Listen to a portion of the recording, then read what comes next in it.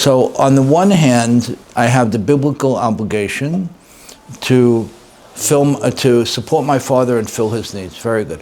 On the other hand, by doing so, I know he's not going to say the beracha. So what do you want to do? He's going to violate the rabbinical one. So now, if you hold, very nice, if you hold that it's really lifnei iver, that if I bring him the drink, knowing he's not going to say the beracha, he's going to violate the biblical prohibition of putting a stumbling block in front of a blind man. Now you have a biblical versus a biblical, right?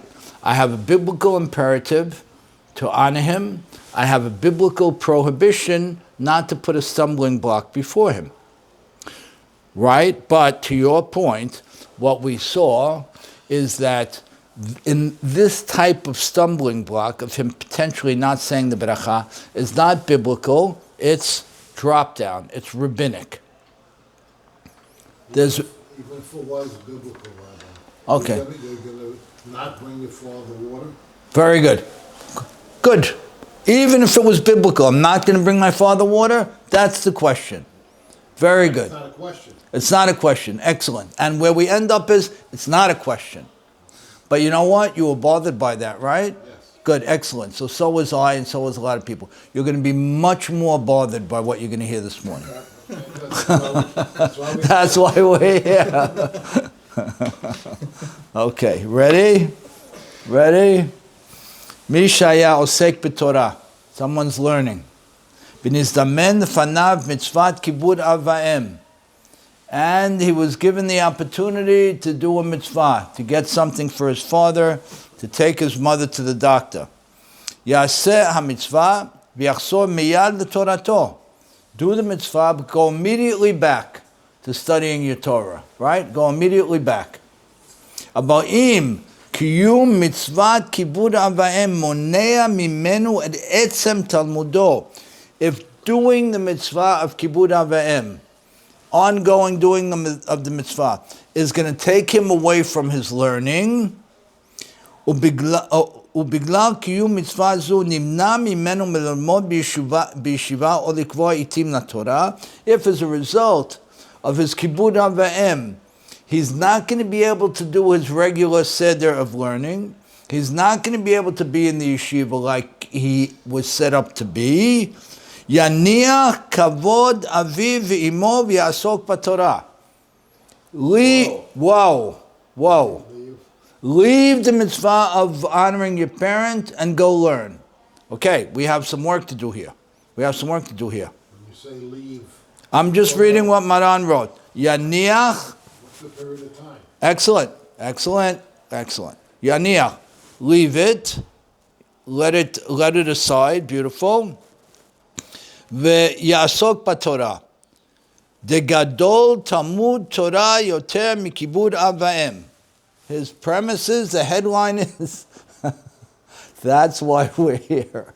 We are here to be challenged and to work. Right? Okay, the case is, somebody is learning Torah, his father requests something from him.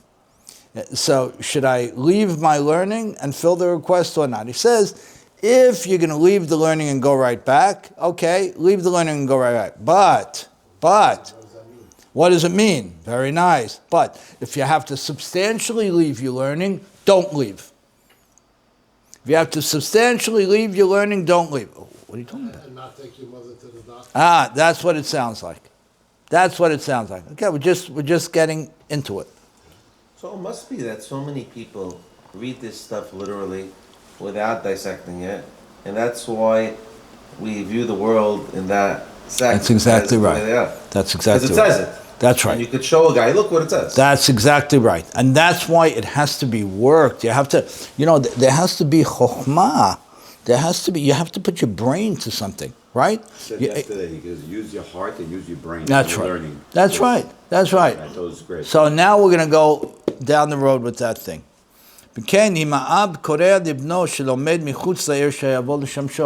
Morning.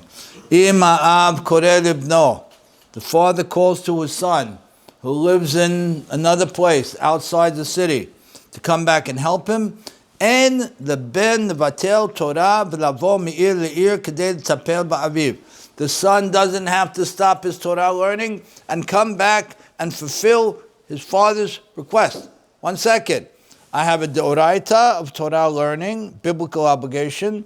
I have a deoraita of kibud av va'em. Why does one trump the other? If, like we talked about the other day, where I have a biblical obligation, let's say of kibud av va'em, and a rabbinic something, of course, the biblical comes first. Okay, now we're talking about, I have a biblical obligation to learn Torah. I have a biblical deoraita to honor a parent, and honoring means to fulfill his needs. What we're saying is, if on the surface we have some work to do, if fulfilling the needs would take the person away from his Torah learning for a period of time, okay. But if it would take him away from his Torah learning for more than a period of time, maybe a more extended period of time, it's not okay, i.e., he doesn't have to do it. He doesn't have to do it. Good. Okay? ואומנם, אם האבא מבקש מבנו שיטפל בו באופן חד פעמי, if the father asks of his son to take care of a one-off thing, ועל ידי כך הבן יצטרך לבטל את השתתפותו בשיעור תורה קבוע, it asks him to do a one-off thing, please take care of this thing. It's a one-off thing, and if the son fulfills it, he's going to have to give up his daily shiur, his shiur kavua. If nobody else could do it, only if nobody else could do it, yivatel milimudo v'yasok bekavod aviv. Yivatel milimudo, give up his learning and go help your father. I'm reading it to you. I want you to hear it. I want to struggle with it. I want to go ba'omek, a little bit in depth, and I want us to work it. Good. Achar shemitzvah zu higia liado. Miyad. Achar sheyasayem et esek b'kvod aviv, yachzor letalmudo. You have to break. You have to break. Take care of something for your father, your mother. You have to. Take care of it and rush back. You have to fill in the blanks. There's a million scenarios you can lay out. Okay, The first one comes to my mind is the father gets sick, and the call come on, Sam, you have to come take care of the store until I get out. Very good. Otherwise, we have closing the store. He's the only one that has the skill Very set. good. He's the Excellent. only one I trust. And he can Excellent. do it. He can do his studying later at night. Okay. When he gets home. It's Very not good. that he can't- I'm reading to you the first round, first blush. I'm reading first blush, yeah? First blush says, I have a deoraita, a biblical commandment to be learning Torah, v'gita bo yomam v'layla, to be learning Torah constantly.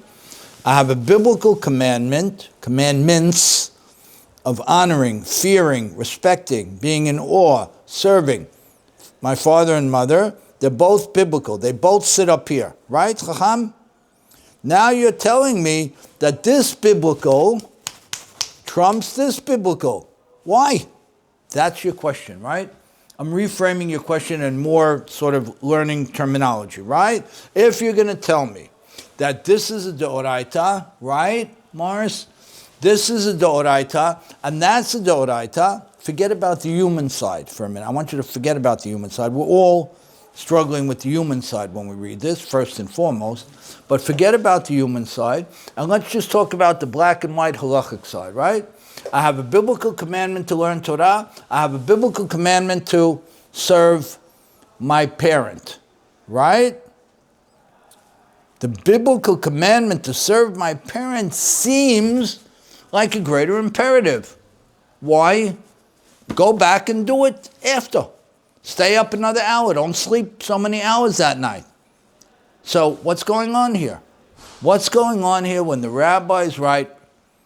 If you can avoid doing it, get somebody else to do it, that's what you should do. If you can't get somebody else to do it, rush back. Okay? Good. Good? Yeah, you have a question? I'm not struggling with the human side, of course I am, but what I'm struggling with right now is you learn Torah to put it into action. Phenomenal point. Hold that point. Phenomenal point. What is the purpose of my learning? That's the underpinning here. You hit the point right on the head. What's the point of learning? The point is to do.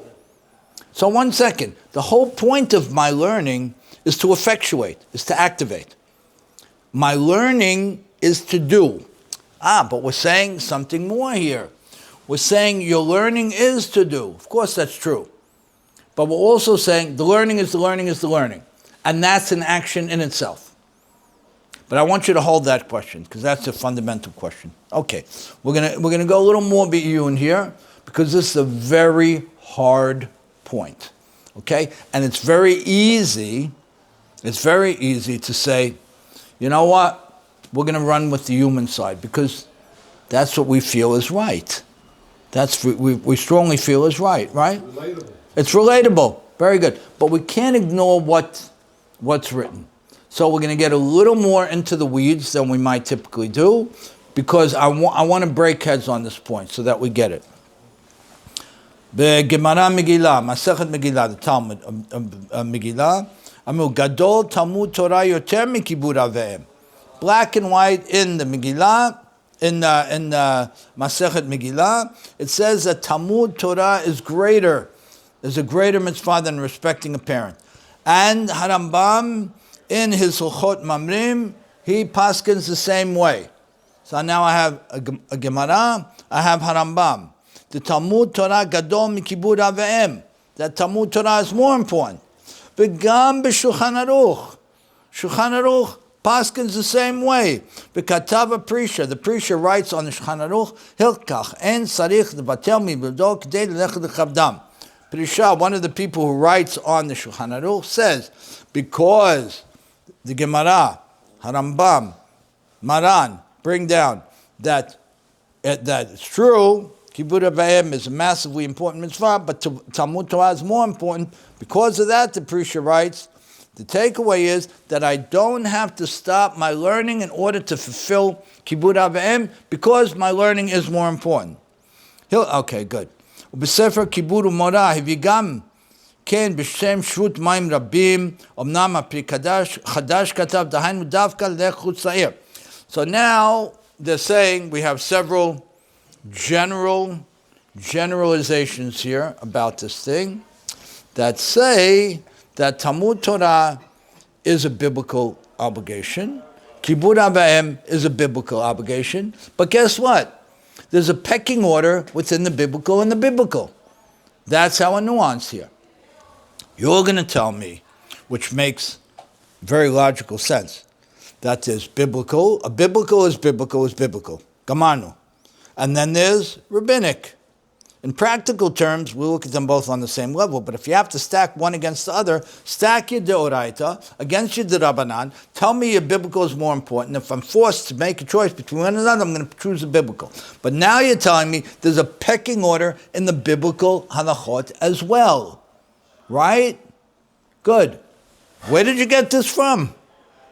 And if there's a pecking order on the biblical side, why are you stacking Talmud Torah more than Kibbud Av? We, now a little bit midrash, if we were thinking about it, we might go the other way. All right? Because we might go the other way. Isn't it written, Kibbud Av in the Ten Commandments? Who says that you should stack it that way? Nice. So the Pri Chadash comes and he takes us off the edge a little bit. He says that Talmud Torah is more important. היינו דווקא לידי חוץ לעיר, אבל אם הוא בעיר צריך לשרת את האב לחזור לימודו. He says, it's only if the serving your father is going to create a major disruption to your learning. I.e., in the olden days, if you had to go from one village to the other, it took a day or two. If it has to be a major disruption to your learning, then you stick with your learning. But if it's going to be a minor disruption to your learning, do it. But wait a minute. He's still not backing off the core position. The Pri Hadash is only slightly mitigating the core position. He's saying what the Gemara and Harambam and Shulchan Aruch are talking about is when there's a major disruption to the Torah learning. Fine. But what if there's a minor disruption? He holds, do it. Okay, did we solve our problem from a human side? No. What's minor? Very good. He's giving you an example. In the old days, going from one village to another took time, was dangerous. You often had to sleep in the other place and then come back. So if daddy lives in one village and you live in a different village, and that's going to mean a trip of a day or so for you, and you're going to be mevatel your Torah for that period of time, don't do it. So you have a class. Okay, we're building the understanding, yeah. So you have a class, you live in Brooklyn, your father lives in Deal, ask you to take you to the doctor, you tell him you can't do it, I have shiur tomorrow. Excellent. How about the pain it's going to cause him when you refuse your 1,000,000%, all You're true. learning the Torah if you're not going to put it into 1,000,000%. 1,000,000%. I'm with Joe. But it says it in the book. But it says it in the book. It says it in the book. And when it says it in the book, we have to work. We have to work. Okay. It says both in the book. פתחי תשובה, הביא בשמו שאם מצוות כיבוד אב ואם הגיע לידו, יקיים את המצווה ויחזור לתורתו. The פתחי תשובה, another giant of giants, right? Who's writing on Shulchan Aruch as well, writes, שאם מצוות כיבוד אב ואם הגיע לידו, if I had the opportunity to do mitzvah kivud av va'em, to honor a parent, יקיים את המצווה ויחזור לתורתו. He says, here's the P'tchei Tshuva saying, his assumption is I'm learning all the time, or I'm learning on a regular basis. I'm learning a couple of hours a day, 3 hours, 10 hours, whatever I'm doing. He says, so, good morning. So my premise, Eddie, take the book, honey. My premise is, go to Tet Samech Gimel. Tet Samech Gimel. So my premise is that the person is constantly learning. The P'tchei Tshuva says the person is constantly learning, and therefore break out and do the other thing. Well, that doesn't help us, because what if the person is not constantly learning, and it's do your class or help your father? So he leaves us in the same place. Yeah? You with me? The original premise was, I have to choose A or B.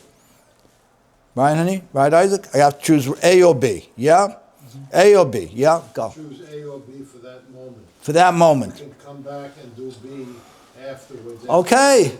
Okay. Right now, we just have to deal, as Abe said, with what the Gemara says and what Shulchan Aruch and Harambam bring down. Now, to your point, the rabbis who follow are qualifying it somewhat. And they're saying, well, only those giants of giants only took that position when you're talking about yes or no. Yes or no. I'm in Tet Samech Gimel. You got it? You're with me on the bottom. Yes or no. Yeah? But if it's not yes or no, it's yes and, then do the yes and.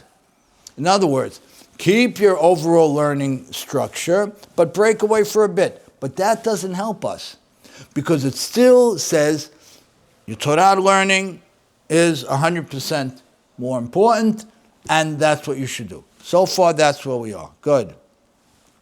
וכן הוא בחסד אלפים, דיבטל תלמודו בשביל כיבוד אב ואם, ורק בגבנה בעין יעקב לא ישמע לעביד ובטל תלמודו לגמרי. אוקיי. ודווקא במקום שצריך להתפטר ולהתלמד מאוד סימן יפה בלימודו בשביל כיבוד אב, אז תלמוד תורה עדיף. He's saying if there's a thing where you're really going to lose out on something, one of the En Yaakov brings down that if you're actually going to lose something, then, in other words, this was a hallmark shiur that you were going to, or a critical point in your learning, then put your learning first. But otherwise, you have to take care of your father. Okay. As I mentioned, vice versa. If there's a loss, let's say physically or financially, versus learning your class. So that's Joey's point. Also hold that for a few minutes, right? If we have a potential loss, a financial loss, then what do we do in that case? Hold that for a few minutes. We're going to get to that. דוגמת יעקב אבינו, שהיה לומד בבית עבר ולא נענש על אותן שנים. It's very interesting. So back and forth between the rabbis that when Yaakov Avinu runs away, right, and stays away, as long as he did, some of the rabbis say that he was punished for the years, for the excess years he stayed away. In other words, Rivka tells him to leave. Why did she tell him to leave? Not that there was really a threat from Esav. That wasn't really the problem. She told him to leave so he would go out into the real world. He was Ish Tamim, right? The tent guy. Go out into the real world, learn how to navigate the real world, and come back, right? So that perspective holds that he stayed too long. He stayed away too long. And if he stayed away too long, then he was some of the tzarot no that came to him was a result of the fact that he caused his mother and father pain for staying away too long. Okay, it's a discussion. But those rabbis hold he wasn't going to be punished for the years he spent learning in the yeshiva of Shem Va'eved before he went to Lavan. Meaning that the years he was learning in the yeshiva of Shem Va'eved, where he put Talmud Torah more important than Kibud Av, that was okay. Got it? Yeah. I'm stuck on the last point of a more important shiur. I read books that I would think are, I'm not going to learn much from. And then I find one eye-opening sentence that I didn't expect, and it gives me a whole complete perspective. So how do I determine? So you'd never get up. How do I determine what's important? And what's not? It's a very good question. Very hard to say. Maybe the Rosh Hashiva is giving that shiur. Maybe once a week the Rosh Hashiva gives a shiur, and therefore it's the shiur of the week, or something like that. Okay. And that trumps going to take your mother to the I am. Is that the right there, Rabbi? I am not taking a position here. I brought it to aggravate you. You understand? It says it in the book. Right. Rabbi, is it the right to, like, remember we had the case you wanted to get your mom a driver instead of picking her up, she wants you to go? Yep. So what would you do now? Now that you understand, now let's say you have a shiur at that time, right? Your regular daily shiur. And it's a serious level shiur, right? And it's that time that your mom is able to get the doctor's appointment, right? Okay, good. What do you want to do? If it's a casual class, we know from a human side what we would do. But let's say it's not. Now, what do you want to do? Your options are take care of your mother or get her a driver. I'm not poo-pooing it and excuse the tone, but I'm saying it in that tone on purpose, right? Now, what do you want to do? It seems, according to some opinions, you get her a driver, right? What do you mean? Isn't it a little bit painful to her? Probably is. But we're saying, at least so far, that pain is offset from the benefit of the person learning. You could then say, have somebody go record the class. You could. You're going to get somebody Yes. to drive, get Very somebody good. to record the class. Very good. So Cham Yosef would say, you know what, this day and age, get somebody to record, it's the Rosh Hashiva, let's say, speaking, get somebody to record the class, take your mother, and then at 11 o'clock at night, when you get back, listen to the class then. Very good. Fine. Is there an implication that asking for permission is forbidden? Say that again, I'm sorry. If a parent, in the entire book that we're learning, either you have to do something or listen to your parents. But if the parent tells the child to do something, is the child even allowed to say, I'm busy, can you ask someone else? Well, that's exactly the point. If the parent, in this case, asks the child to take him to the doctor, is the child allowed to say, call Bob, I got my learning now? But he's asking you. He's not stating a firm position, I'm busy, I'm not coming. He's asking, is it okay with you if I don't come? And then the father says, That doesn't sound like that. It sounds like taking a firm position that he doesn't have to come. The question It itself, sounds like taking a firm position That's that... my question. Is the question itself not allowed? the question is painful in itself. Are you not even allowed to ask for permission? It seems from here, not only are you not obligated to ask for permission, you could flat out say no. That's so far what we read. Again, I didn't write it.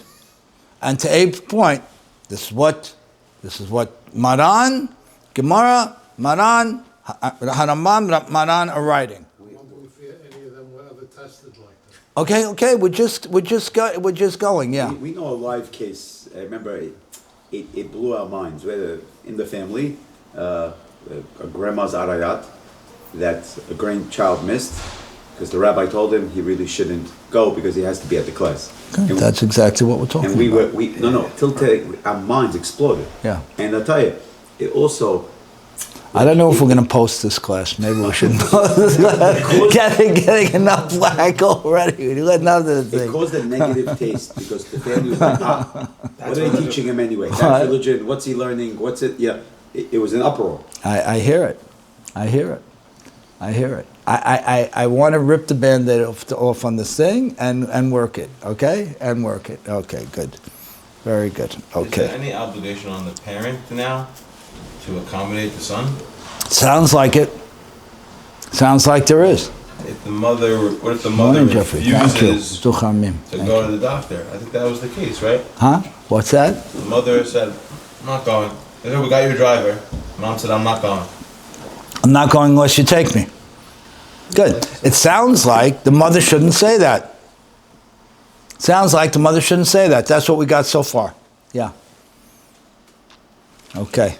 Well, what do you mean? What? Bye, Jeffrey. Good morning. Let's give it a minute. Let's give it a minute. Let's give it a minute. Okay, let's give it a minute. Okay. So we're holding that so far. We're building from the fact that Yaakov Avinu was not punished for his lack of kibud av va'em while he was learning in the yeshiva of Shem ve'ever, right? He was not punished for that. That's what the premise is here. That's what the absolute core foundation is. So if Yaakov Avinu was excused from kibud av va'em for all those years, but not for the years when he was working by Lavan, or not for all the years he was working by Laban, it must say that Talmud Torah trumps Kibud av va'em, even though they're both biblical. Again, I'm bringing you one additional opinion. Yeah. If he didn't work, they wouldn't have had the mothers. He married. He was there because he stayed because he wanted to. That's right. So that's right. So they're not saying that he was punished for all the years he spent by Laban. Again, Rivka sent him. But it appears from this opinion, and not everybody says this, but it appears from this opinion that he could have wrapped things up sooner over there, and he didn't. And because he didn't wrap up things sooner over there, he was over on kibud av va'em. He transgressed the obligation to respect his parents because he was away for too long working, and that is what he got lo aleno some punishment for. But he didn't get any punishment for the years he spent by Shem ve'ever. Maybe it was 7 years there, 14 years plus minus by Lavan, something like that. That's How what. sooner could he have come back? Did he delay after the second It 7 years? It sounds like it. He should have come back It, after the first 7 sounds like it, Jeffrey. It sounds like it. It sounds like he had to. Maybe he could have come back after the 7 years he was there, and he didn't have to do another 7. Oh, for Rivka. Yes, exactly.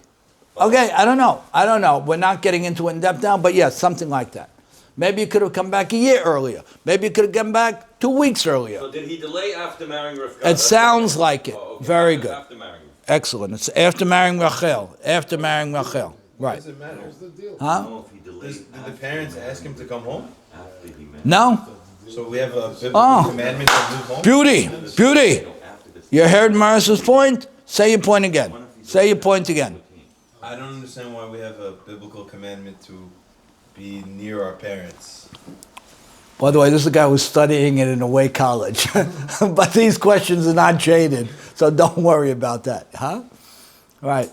It's like an hour and a half away. I'm home. Okay, very good. So let's take his case in point, right? If you're studying it in a way school, right? You're studying at a high level place, right? And your parents say, you know what? It's hard for us. It's hard for us. It appears so far that if you were studying at a yeshiva that was a couple hours away, you could say, I'm sorry that it's hard for you, but I'm happy here and I'm doing great. But if you're studying at a college, you can't say that. That's what we got so far. Okay, your parents didn't ask you to come back. They haven't asked you that. But I'm saying that's what we have so far. Let's keep going. Okay, but now we're raising a pushback here. Listen to this interesting pushback. Very nice. He's saying that you're telling me that you could not take care of your father. Your father is mitztaer. Your father is afraid.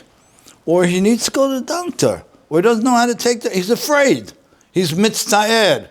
Right? I'm in the second column inside. Yeah? He's mitztaer. You're telling me that if your dad or your mom wants you to do something and is concerned about it or more, you don't have to listen? Let me ask you something. Don't we stop learning to pray? Isn't prayer only a d'Rabbanan? Isn't prayer only, again, I'm using these terms to just make the point, isn't prayer d'Rabbanan? So if you're telling me you stop learning Torah, which is the Oraita, to pray, which is the Rabbanan, I'm stopping my biblical learning from my rabbinic praying, what are you even talking about in terms of not doing my biblical respect for my parent in lieu of my biblical obligation to learn? I stopped my biblical obligation to learn with a rabbinic obligation to pray. Nobody pushes back on that. Does anybody say you don't have to pray because we're learning all the time? So what are you talking about? Right? There's a massive pushback. It's a massive pushback. And if you're going to add to it something like your case, where people are going to be hurt by it, right? With rayat and so on, where a person doesn't come, people are going to be hurt by it. What are you even talking about? Hashem doesn't want us to learn Torah for 24 hours and do nothing else. Okay, so let's see. He doesn't want us to do nothing else. Let's see. He says, Ke'et l'kol chefetz. Eddie, what does it mean? Ke'et l'kol chefetz. There's a time for everything. There's a time for everything. Good. Okay. וראיתי שהביא בשם משיב דברים, שכתבתי כשאביו מצווה לשמש אותו, יבטל תלמודו. אבל כשלא ציווהו אביו לכבודו, לא יבטל מלימודו לכבוד אביו. He says that he's making another diuk. He's saying like this. He's saying the Meshiv Devarim is saying like this. Really, he says, what Harambam and Shulchan Aruch meant to say was, generally speaking, if you're learning Torah or you have the opportunity to be with your parents, you should be learning Torah. But if your parent requests something, then you do what your parent requests. He's saying a nice point. It's a very nice point. He's saying, look, you have a couple of hours on a Sunday, right? Back in the day, what we used to do, Joe, we used to visit, right? On Yom Tov, on Sundays. Sundays were a day of visiting family, right? You guys remember that? That's what we did. He's saying like this. If it's a Sunday, for example, and you have an opportunity to learn Torah or to go visit mom and dad who haven't requested that you visit, go learn Torah. Because there's not an underpinning obligation of Kibud Avayim. Kibud Avayim, he says, the Meshiv Devarim, he says, Kibud Avayim is based on a request or a need. An expressed request or need. So it seems like whenever somebody needs you and you're the only one that can do it for them, you have to stop learning and help them anyway. That's what it sounds like. So in other words, it sounds like he's saying that if you're going to give me stam mitzvah and stam mitzvah, right? General and general, focus and focus. The primary focus is learning. The secondary focus is caring for a parent. But he says, and by the way, not everybody says this, but the Meshiv Devarim is moving things in a place that's much more comfortable to our sensibilities, let's say, right? Where he says, you're right, if it's general and general, i.e., if it's a Sunday afternoon, where I would typically go to my father just to be with him, go to the Bet Midrash instead. That's what he's saying. But if the father tells you, I need you to take care of something for me on Sunday afternoon, then you got to do that. That's how he's interpreting what Shulchan Aruch is saying. Okay? It makes sense. It makes a lot of sense. We know what we know about stopping to learn to help somebody that nobody else can. Right, excellent. So it makes a lot of sense. כן דעת המחנה חיים, דאין הבן צריך לנסוע ממקום למקום לכבוד אבותיו, לבטל השיעורים הקבועים שלו בתורה, אלא שאם נוסע מקיים כיבוד אב ואם, ולא הווה מצווה הבאה בעבירה. Saying like this. ותלמוד תורה כנגד כולם. He's saying like this. He's saying that, if he's saying, generally speaking, Talmud Torah trumps everything. Generally speaking, Talmud Torah trumps everything.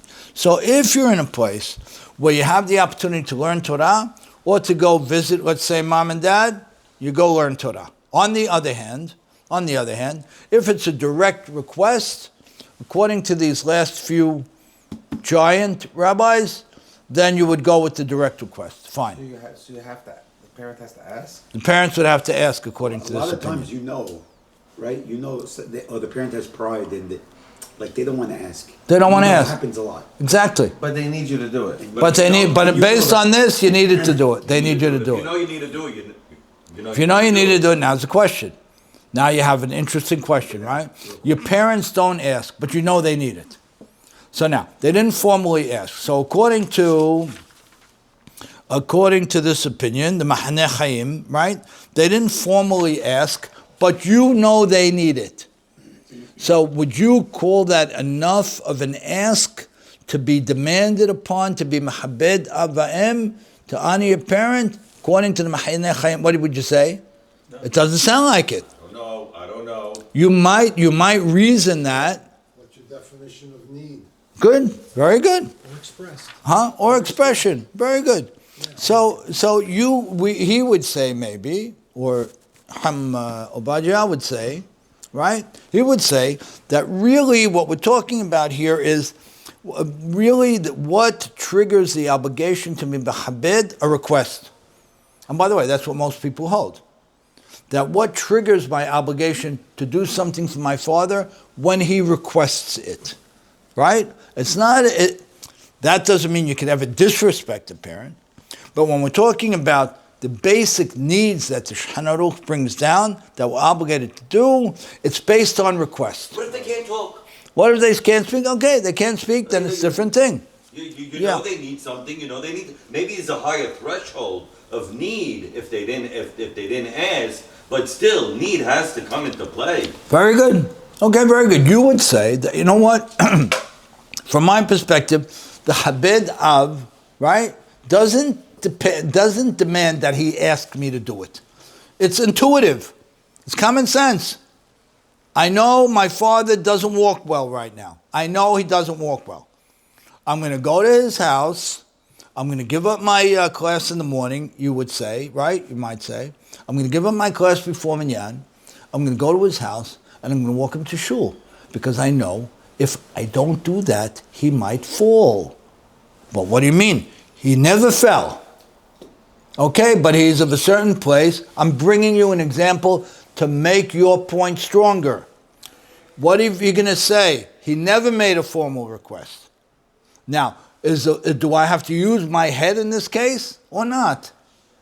In other words, based I on... don't know if he never fell, if that's a real need yet. If you know he's prone to falling, then okay. Okay, so based on the Mahaneh Chaim, what do you have to say? Do I need a formal request? It seems like based on his opinion, yes. I need a formal request to take me out of my learning to serve him. What you're saying, I think if I understand what you're saying is, well, what if it's not a formal request, but I have a brain, and I see what his needs are? Is that any less than a formal request because he hasn't articulated it? It might be more. You would say, Jeffrey, if I understand your position right, that I'm not checked out. I'm emotionally tethered to my parent, and therefore, if I sense that they need something, I'm going to look at that as a formal request. You don't have to go any further than that. Okay? Fine. Now, you have another opinion. It says like this. דגבי העוסק בתלמוד תורה אמינן, העוסק במצווה פטור מן מצווה, אך כבר עמדו האחרונים לבעד האיך ייתכן שהעוסק בתלמוד תורה יהיה פטור מכל המצוות. הרי כל עיקר לימוד תורה הוא כדי לשמור לעשות לקיים כל דברי התורה. It's beautiful. It's exactly what you guys are saying. I'm going to explain his words carefully here. He says like this.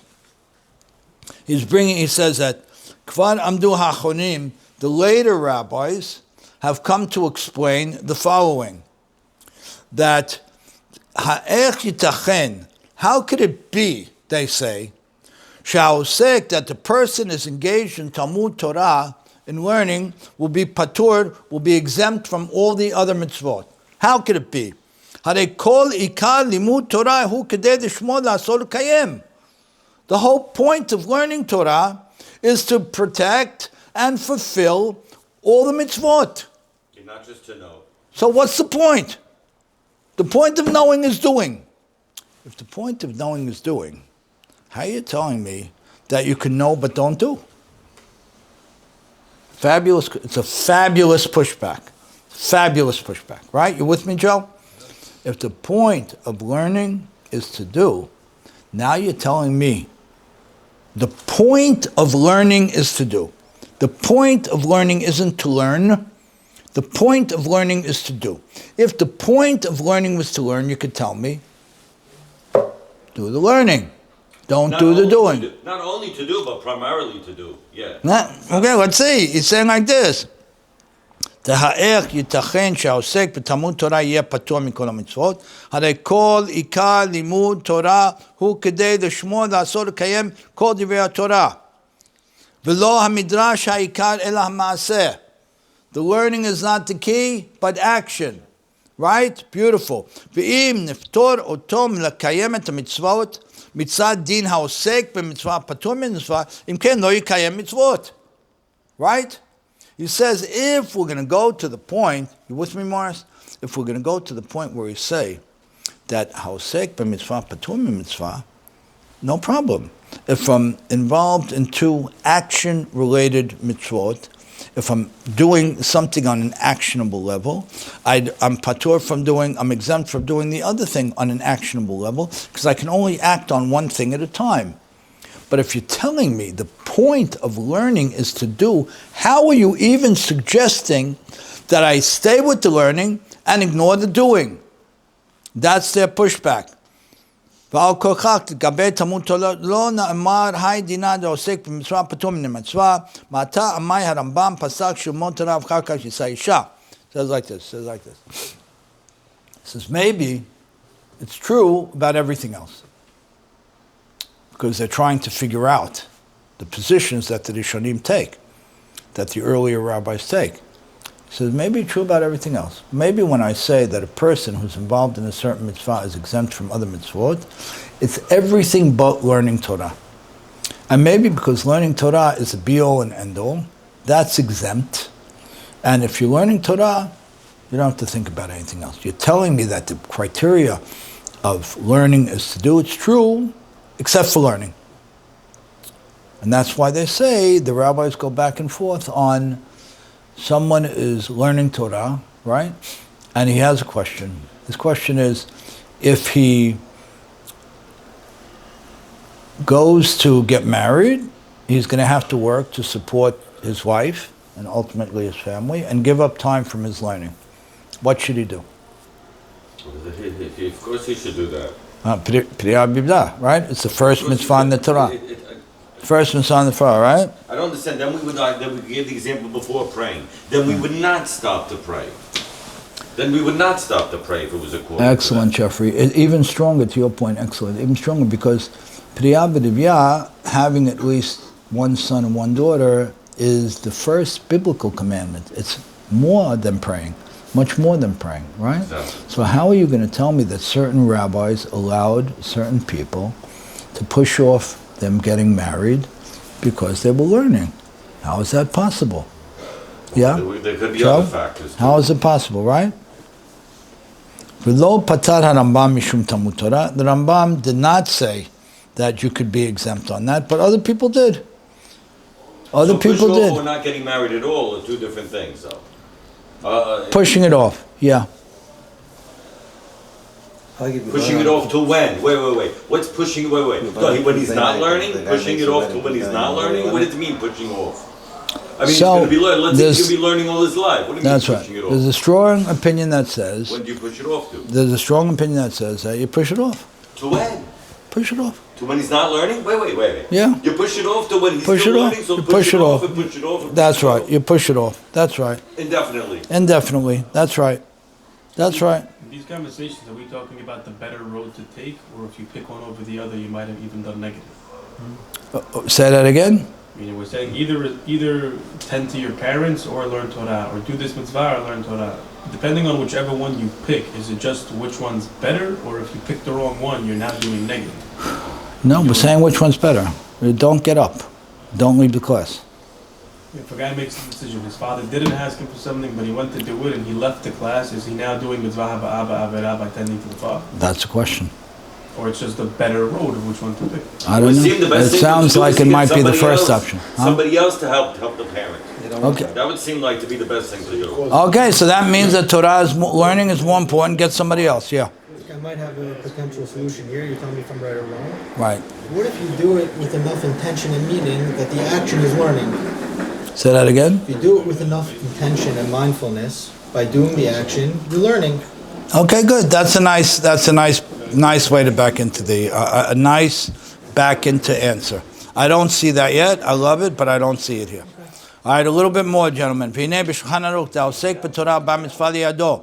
Someone is learning Torah. Someone is learning Torah. Uba mitzvah liyado. Other than kibud avim. Some other mitzvah. Right? If other people can fulfill this thing, the person who's learning Torah shouldn't interrupt his learning. You with me on Taf Kuf Cafe, second column, third paragraph. If the Shulchan Aruch brings down that if someone is learning Torah, forget about Kibbutz Avayim now, somebody's learning Torah, and a mitzvah comes up, something is needed to be done, right? If somebody else could do it, get that somebody else could do it. Ve'im lav, if not, yaniach tamudo v'yasok b'torah. Ve'im lo yaniach tamudo v'yasok b'torah. Miyad achar kach yachzor tamudo. If there's nobody else to do the mitzvah, pause your learning and immediately get back after. V'yesh ladun in mitzvat kibud avim chashiva b'chlal she'afsar sota al yidei achirim. Sharei im achirim yasu ota lo yikaymu mitzvat kibud avim. It's beautiful. He says like this. So far what we've said is learning Torah trumps everything because learning Torah gives you the tools for everything. Talmud Torah keneged kulam. Good. The pushback was, well, what do you mean? Isn't the ikad the maaseh, not the limud? Isn't the purpose of learning to do? The answer is yes. Okay, very good. But now we get into the gray stuff. Well, what if somebody else could do it? Now the question becomes like this. Then he should not push off getting married because there's nobody else who's supposed to marry that girl but you. Excellent. Whoever you're supposed to marry. Excellent, Jeffrey. Agreed. V'yesh ladun im mitzvat kibud avim hashiva b'klal she'afshar lasuta yidei acharim. To your point, exactly following your level of thinking. Mitzvat kibud avim. If the mitzvah is on me, Morris, and I ask you to do it on my behalf, did I fulfill my mitzvah or not? Don't answer. Think about it a minute. If the mitzvah is chal on me, right? I'm the guy who's learning now. I'm the guy who has to make the decision, go or no go, right? I mean, the mitzvah is on me to do. By me handing it off to you as my shaliach, let's say, as my messenger, did I fulfill the mitzvah? Yes, I believe. ויש לדון עם מצוות כיבוד אב ואם, חשיבה בכלל שאפשר לעשותה על ידי אחרים, שהרי אם אחרים יעשו אותה, לא יקיימו מצוות כיבוד אב. Says 1 second. The point to get him the prescription from the drugstore, or is the point to respect him? If the point is to get him the prescription from the drugstore, you're right. Then you could have somebody else do it. Stay with the learning, have somebody else do it. But if the point is to show him respect through the action of getting the prescription, so to speak, from the drugstore, then you didn't do what you were supposed to do. So you're going to have those who are going to say, because it's Talmud Torah keneged kulam, because learning trumps everything else, there are those who are going to say, you know what, get somebody else to do it, don't interrupt your Torah. But was I really mechabed?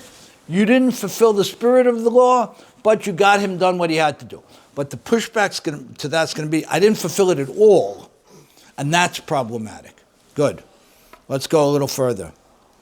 ואומנם בספר יפה ללב כתב, גדול תלמוד תורה יותר מכיבוד אב ואם. מי שרוצה לצאת מדעתו ללמוד תורה, מפי מי שבוטח ליבו לראות סימן יפה בתלמודו, ואביו ואמו מוחים בידו. Someone who wants to go and move to another city, someone wants to go and move to another city to learn Torah, and his parents are unhappy about it because he's going to be away from them. His parents can stop it, and he does not have to listen to them. The mikol hanam mashmad, the kol zehu le'inyan mitzvat kibud avim, l'shamasham na'azor lehem. Aval inyan mitzvat morah. Hear it? Hold it. Eddie, I'm on the next page. Taf kuf kavav, first paragraph. Aval inyan mitzvat morah lo arinan. לפי זה, אם אביו קורא לו בפירוש שיבוא לשמשו באופן חד פעמי. אם לא ישמע לו, עובר בזה על דין מורא. Remember, we made a diuk. We said there's a difference between the weightiness, respect, and awe or fear. Kavod and mora. We said there's a difference. So what is he bringing down here? He's saying that anything we talked about here, where you could hand off what your father asks you to do, or not do it. We're not talking in the case of an emergency, but not do it, because your Torah is more important. He says, you can do that because we're going to hold that Talmud Torah is more important than kibud avaim, than honoring a parent. But you can't tell me it's more important than being in awe of the parent. You can't tell me that. That's according to this opinion. And therefore, if you're going to tell me that we also have the separate mitzvah of being in awe of the parent, you can't possibly fulfill the mitzvah of being in awe in the parent if you don't fulfill their requests. So whereas on a splitting hair level, we may have missed the bullet, dodged the bullet, by saying that Talmud Torah is more important than kibud avaim, than the weightiness of the parent and those specific jobs that have to be done in the context of the weightiness of the parent. But when it comes to this overarching and underpinning perspective of awe, you can't fulfill it if you don't do it or you have somebody else do it. Yeah. Then wait. Then they would not need a request. Then if that if fabulous. Excellent. You got to be in awe. Very good. What do you mean? Very good. Very good. Very good. That's right. That's right. I don't even need a request. No, you got to be in awe. That's right. Very good. Is this the last? Which would mean I have to anticipate. It's going to get a little better. You guys will leave happy. Let's give it another few minutes.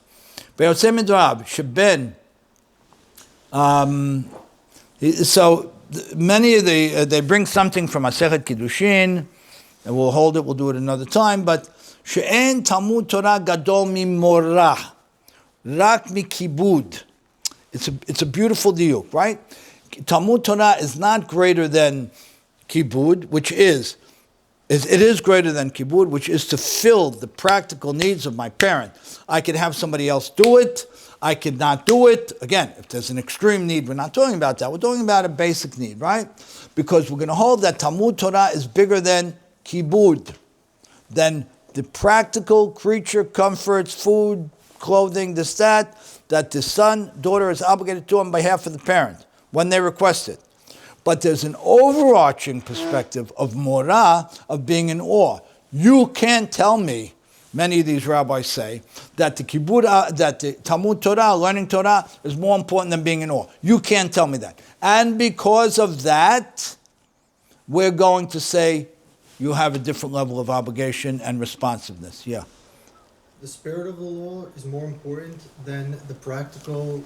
Correct. Kibud avaim? Correct. That's what they're saying. If you're gonna nitpick and you're gonna go at the technicalities, my father asked me to pick up his prescription, or my rabbi tells me to sit in the class.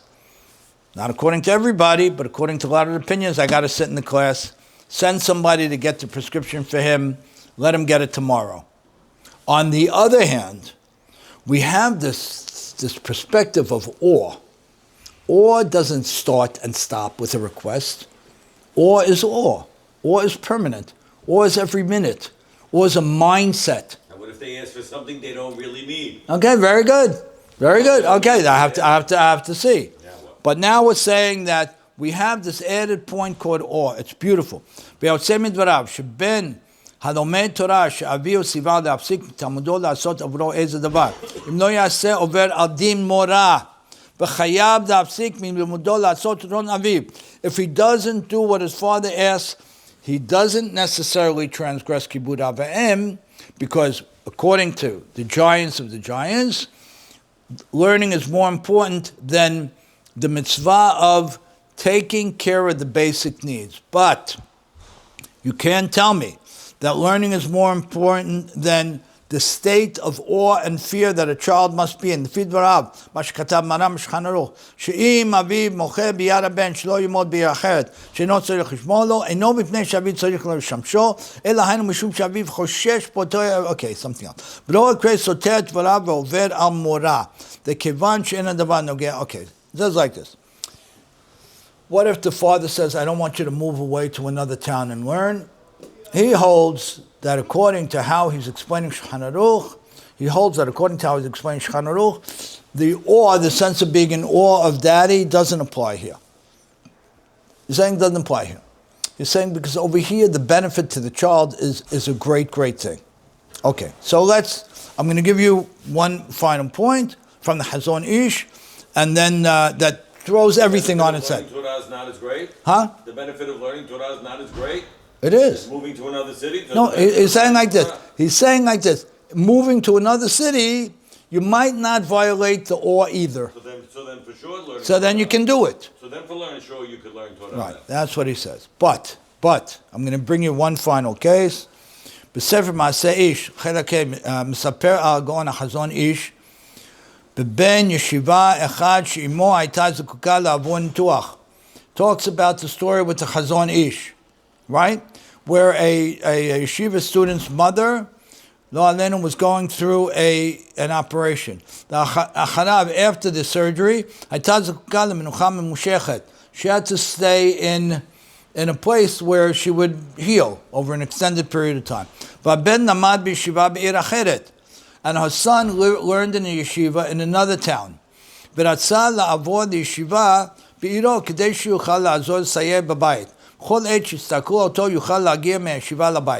son wanted to move back. His mom needed a long period of recuperation. The son wanted to move back to town, to the same town they lived in, so that if his mother needed him, he would be there in a minute, at the drop of a hat, right? But his father said, I don't want you leaving that yeshiva. It's a better place, it's a stronger place, whatever the thing is. I don't want you leaving that yeshiva and coming back to the one closer to home. I don't want you doing it. So now you have a fascinating case. You have the son feeling that he wants to care for his mother. You have the father saying that the limud Torah in the other place is greater than the limud Torah in this place, therefore I don't want you to do it. The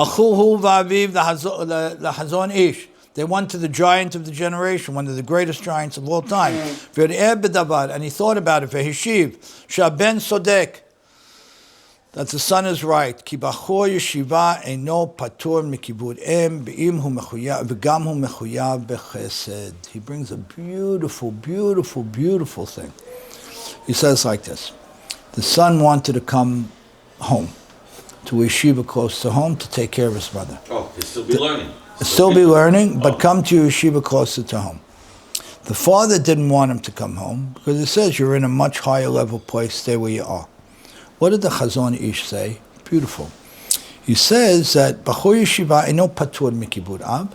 Somebody who's learning in yeshiva is not exempt from kavod.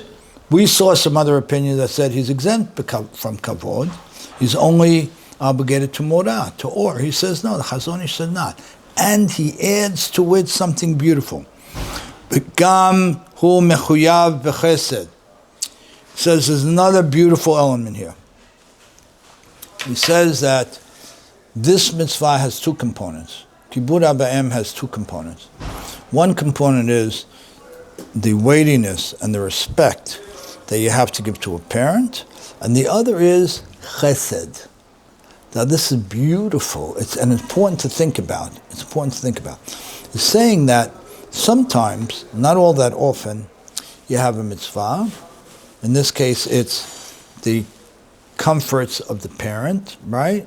The physical well-being of the parent. And you have an element of chesed. When you couple the element of chesed to the core black and white literal mitzvah, it puts it in an altogether different place. And that's why the Hazon Ish, against the wishes of the father, and he continues here that the father argued with the Hazon Ish. It's pretty shocking. The father's arguing with the giant of the generation. And he said, no, I don't want him to do it. Now, if he wouldn't be able to learn it all over there, that could be a different story. Right, that could be a different story, great. So in this case, he's learning in a higher level place, he comes to a lesser level place, so his learning is not going to be the same. So he is giving up something, otherwise it wouldn't be a question, right? And he's going to be called out to help his mother because he's available now to help her. Whereas if he was in the other town, they'd have to find somebody else. Chazon Ish tells him, take a lesser level, because A, Talmud Torah does not exempt him from Kibud Av Va'em, does not exempt him, number one. And number two, Kibud Av Va'em is a double-tiered mitzvah because it always also brings with it Gemilut Chasadim. And you don't have many mitzvot where it's the black and white mitzvah coupled by Gemilut Chasadim, and therefore, because this is about Gemilut Chasadim as well, that's why you have to do it. So, if we hold, and then he brings another story that validates the same thing. So it appears that when you go in a strict black and white explanation of Shulchan Aruch, Talmud Torah is more important. But when you add the element of morah, which is being in awe of a parent, you are violating the mitzvah to be in awe of the parent by not listening. You're violating that mitzvah, which is also deoraita, also biblical. Doesn't it depend what you're not listening to? I'm sorry? It depends what you're not listening to based off this story and what was said earlier. Why? The father's giving him a command, but he's not listening to the father's command because the father's only commanding him to the child's benefit. But what the child wants to do is going to the mother's benefit. Right. So And we say we go with the father first. when the morah comes with a request to the parent's benefit, then that's when it includes chesed and you have to do it. I'm not sure about that. It's a great point. I'm not sure about that. I thought the same question. I'm not sure. Something to think about. The morah might be overarching. It might be You overarching. have to understand what the request is also. Okay? It's a request. Great. And why is Okay. why is the Chazon Ish disregarding the father that we say we go with first? Right. Why is he disregarding the father's? That's why it's a landmark. It's a landmark decision, Jeffrey. That's- Excellent. It's a landmark decision. He's saying two things. Okay? He's saying two things. Number one, you're telling me that Limud Torah is greater than Kibud Av Va'em? Okay. That's what Shulchan Aruch says. Got it.